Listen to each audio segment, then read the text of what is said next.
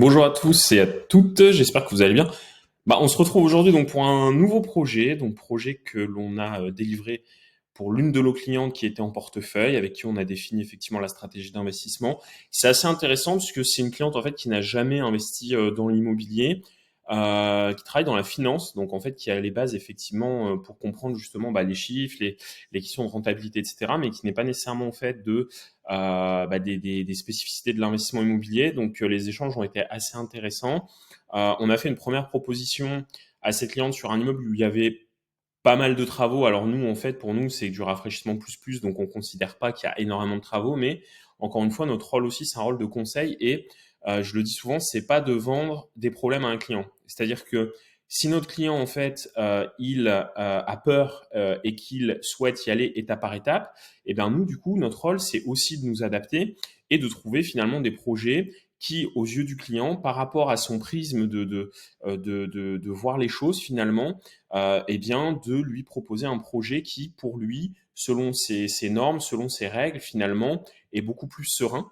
Ce qui va lui permettre de mieux vivre son projet, ce qui va permettre aussi de mieux vivre son investissement et de ne pas se rajouter une charge mentale, de ne pas se rajouter finalement une boule au ventre parce que finalement il est sur un projet avec lequel il n'est pas aligné ou sur lequel il a des craintes.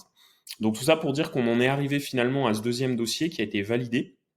Pour l'anecdote, on signe le compromis demain, contre-visite, signature de compromis demain. Et donc, je vais vous présenter cet immeuble. Donc là, comme vous le voyez, encore une fois, le dossier doit être complet. S'il y a des logements qui sont loués, on ne présente pas le dossier au client et on ne verrouillera tant qu'on n'a pas les baux. Pourquoi? Parce qu'à chaque fois, on demande à l'agent immobilier ou au vendeur, si on a le propriétaire en direct, si les loyers sont hors charge. À chaque fois, on nous dit oui, vous inquiétez pas, c'est des loyers hors charge. Et à chaque fois qu'on a les baux, on se rend compte qu'en fait, les loyers hors charge ne correspondent pas aux loyers qu'on nous a annoncés. Donc en fait, ce qui se passe, c'est que la rentabilité, elle est pas bonne. Donc c'est la raison pour laquelle, pour nous, les baux, c'est vraiment nécessaire de les avoir, de voir également la qualité de rédaction des baux, voir si vérifier aussi si c'est nu ou meublé, parce que si on nous dit que c'est meublé alors qu'en fait c'est nu, c'est pareil, ça pose d'autres questions, notamment sur la fiscalité. On y reviendra d'ailleurs juste après. Les devis, bien évidemment. Ici, du coup, on a effectivement des devis, donc pour vous montrer effectivement la qualité aussi des devis avec les artisans avec qui on travaille. Forcément, voilà, c'est bien détaillé. Vous avez tous les postes de dépenses et on a des devis dignes de ce nom avec des gens avec qui on a l'habitude de travailler. N'oubliez pas qu'on est basé à Valenciennes, dans une ville de 40 000 habitants. L'avantage d'être basé dans une ville de 40 000 habitants, c'est qu'en fait, moi je dis souvent, je travaille dans un village. Donc en fait, à Valenciennes, quand vous avez 40 000 habitants, tout se sait très rapidement dans le business, que ce soit positif ou négatif. Donc en fait, rapidement, quand vous êtes bien implanté sur le terrain, vous savez les personnes avec qui travailler, vous savez les gens avec qui ne pas travailler. On a encore eu le cas d'ailleurs sur un autre dossier. On a en fait un client qui nous met à la vente l'un de ses immeubles et quand il nous envoie du coup, l'immeuble, il nous dit voilà l'immeuble, bon, il y a des travaux, j'ai fait passer un artisan, etc. Et en fait, quand on a vu la société qu'il avait sollicitée, cette société-là, on sait très bien que ça va très très mal se passer et elle a vraiment mauvaise presse localement. Donc du coup, déjà, je lui ai dit heureusement que tu n'as pas fait les travaux avec cette société-là, parce qu'à mon avis, tu aurais eu des problèmes et tu aurais pu perdre beaucoup d'argent. Donc ça, encore une fois, c'est notre rôle. On a un rôle de conseil.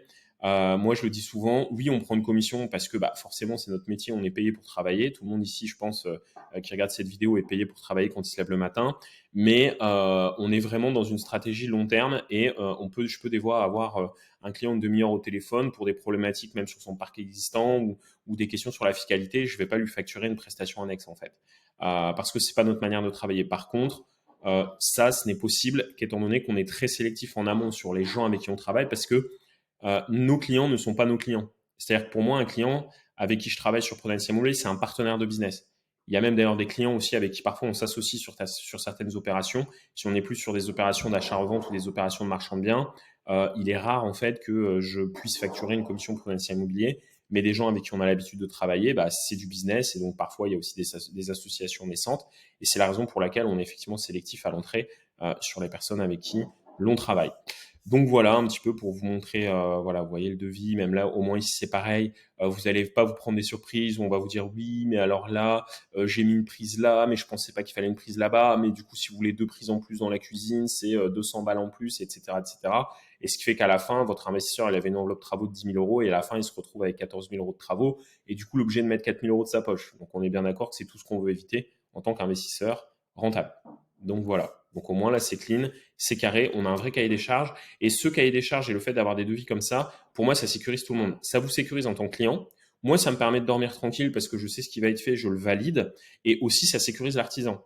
Parce que moi, je le dis souvent, encore une fois, pourquoi justement je ne parle pas de client, mais de partenaire de business? Parce que le client, finalement, chez Prudentia est un partenaire de business, mais il faut savoir que nos artisans sont aussi des partenaires de business. Et donc, moi, mon rôle, c'est d'essayer d'être le plus objectif possible par rapport aux attentes et aux besoins du client, mais aussi aux attentes et aux besoins de l'artisan qui est un partenaire de business avec qui on travaille sur le long terme. Donc du coup, ça me permet moi aussi parfois d'arbitrer, de dire à l'artisan, bah ouais, non, mais là, par contre, voilà, c'est tout, c'était dans ton devis. À un moment donné, soit fallait pas le mettre, soit machin, mais en tout cas, voilà, c'est marqué, tu dois le faire.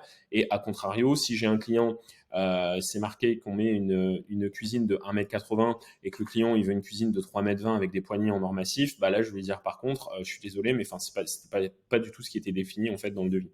Donc ça, c'est aussi notre rôle et c'est bien d'en parler. C'est aussi pour ça d'ailleurs que je fais ces looms et ces vidéos parce que vous voyez, l'idée, c'est aussi un petit peu de vous expliquer notre fonctionnement, de vous expliquer la manière dont on fonctionne pour que vous puissiez comprendre tout ça. Donc, on va voir maintenant les chiffres. Les chiffres, ils sont ici. On est effectivement sur un petit dossier, 135 000 euros d'acquisition, 10 000 euros de frais de notaire, 65 000 euros de travaux, 14 000 euros Prudentia. On est sur un prix mètre carré fini à 955 euros, alors que à l'emplacement où se situe l'immeuble, on est sur un prix mètre carré fini à 1200 euros du mètre carré. Donc, on fait encore une fois acheter à notre client, produit fini avec les travaux, avec notre commission, avec les frais de notaire, un bien en dessous du prix du marché en mètre carré parce que c'est bien beau d'avoir du cash flow, mais il faut aussi penser à la liquidité de votre produit, il faut penser à la revente, et c'est ce que l'on fait effectivement à chaque fois sur les projets Prudentia Immobilier. Donc là, on a du coup 5 appartements, on a un T2 de 55 mètres carrés qui est loué en non meublé, un autre de 50 mètres carrés en non meublé. En tout, on a donc 4 appartements, 3 F2, 1 F3, qui sont loués en non meublé, et on va créer effectivement un 35 mètres carrés. Donc voilà pour ce projet. On finit avec 1870 euros de loyer hors charge. Vous avez compris la subtilité, vous avez compris pourquoi j'insiste sur le hors charge, parce qu'effectivement, c'est très important pour nous, parce que sinon, notre rentabilité, elle est biaisée. Et le cash flow qui sera à peu près de 400 euros par mois brut. Et j'ai le cash flow net, c'est-à-dire net d'imposition et net en intégrant les charges liées à la gestion locative, puisque Prudentia Immobilier s'occupe 9 fois sur 10 de la gestion locative de ses clients. On s'occupe de la gestion locative de nos clients comme si c'était notre propre parc et on prend 7% TTC sur les loyers encaissés. Donc tous ces frais sont pris dans les montages que je vais vous montrer juste ici. Et c'est intéressant puisque justement, avec notre cliente, finalement, se poser la question de savoir si eh bien, on allait partir en SCI ou en LMNP. Donc là, j'ai le montage effectivement en SCI à l'IS.